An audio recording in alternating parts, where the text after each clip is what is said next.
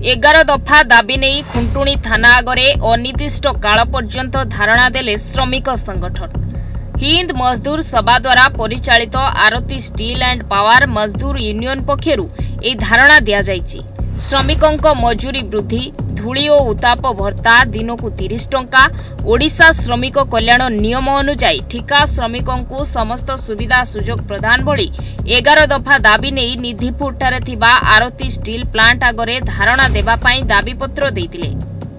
प्रशासन पक्षरु सेठारे आईन श्रृंखला परिस्थिति को आखि आगरे रखी 163 धारा जारी करथिले। खुंटुणी थाना सम्मुखरे श्रमिक संगठन पक्षरु धारणा सह विक्षोभ प्रदर्शन करी तुरंत 11 दफा दाबी आठगढ़ उपजिलापाल उद्देश्य असिस्टांट कलेक्टर माध्यम प्रदान करछंती। घटनास्थल में शांति श्रृंखला 4 प्लाटून फोर्स समेत 14 एसडीपीओ कटक जिला ग्रामांचल अतिरिक्त एसपी देवदत्त बराड़ प्रमुख उपस्थित अच्छी।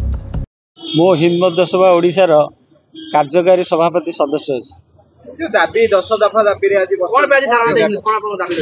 आमर श्रमिक मानकर 30% दरमा वृद्धि हो आउ 24 घंटा स्वास्थ्य सेवा जारी रहू आउ श्रमिक मानकर 8 घंटारू जो केंद्र सरकार करिसेंती 12 घंटा ताहा 8 घंटा बजाय रहू।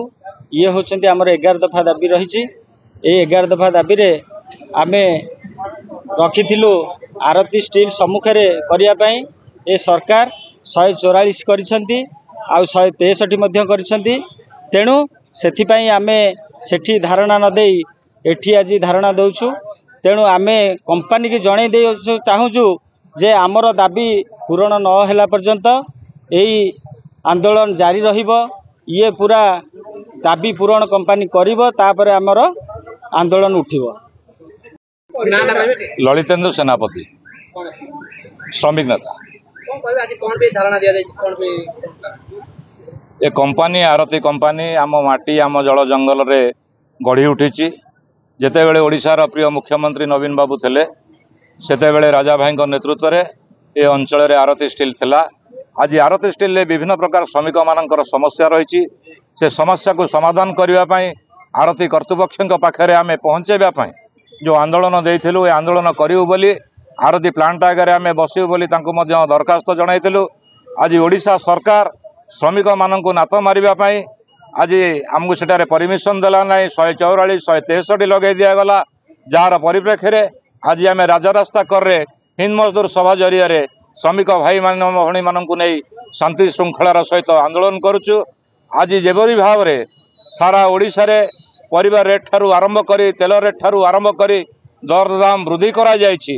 ए वृद्धि करबा फल रे श्रमिकटी तार जेतिकी मजूरी पाउछि से मजूरी रे चलिबा असंभव। ता सहित आज कंपनी कर्तृपक्ष 12 घंटा ड्यूटी कराउथिले मध्य श्रमिक भाई भौणी मानकु 8 घंटार पैसा दउचंती।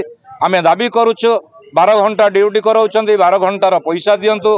कंपनी भितर जेतिकी धूली उडुची सेति लागि 24 घंटा स्वास्थ्य सेवा पाई प्रत्येक श्रमिक भाई भौणी मानकर जत्न नवा पाई मध्य कंपनी की आमे जणाउछु। दरमार 30% दरमा बढ़ाइबा पाई मध्य आमे आज कंपनी पाखे दाबी रखुछु।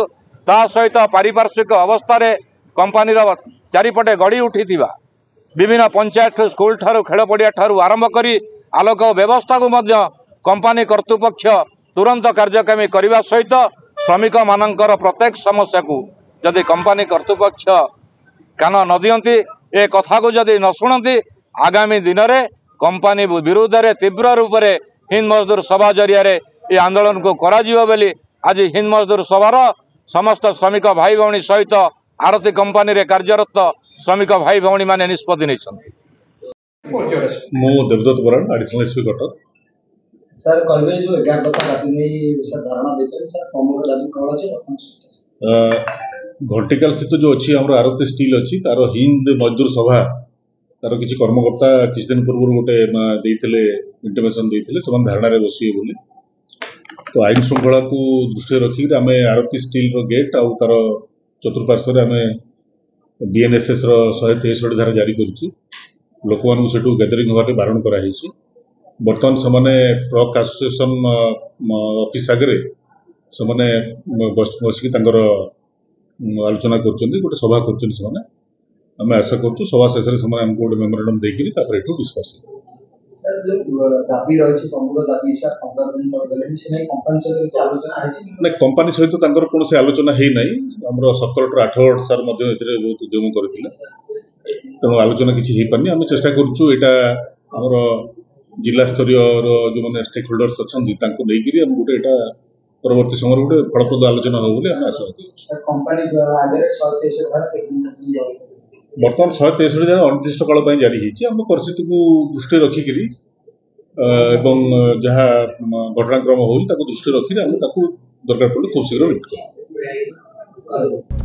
आठगड़ू मिनोती प्रतिहारी रिपोर्ट न्यूज 8 ओडिया।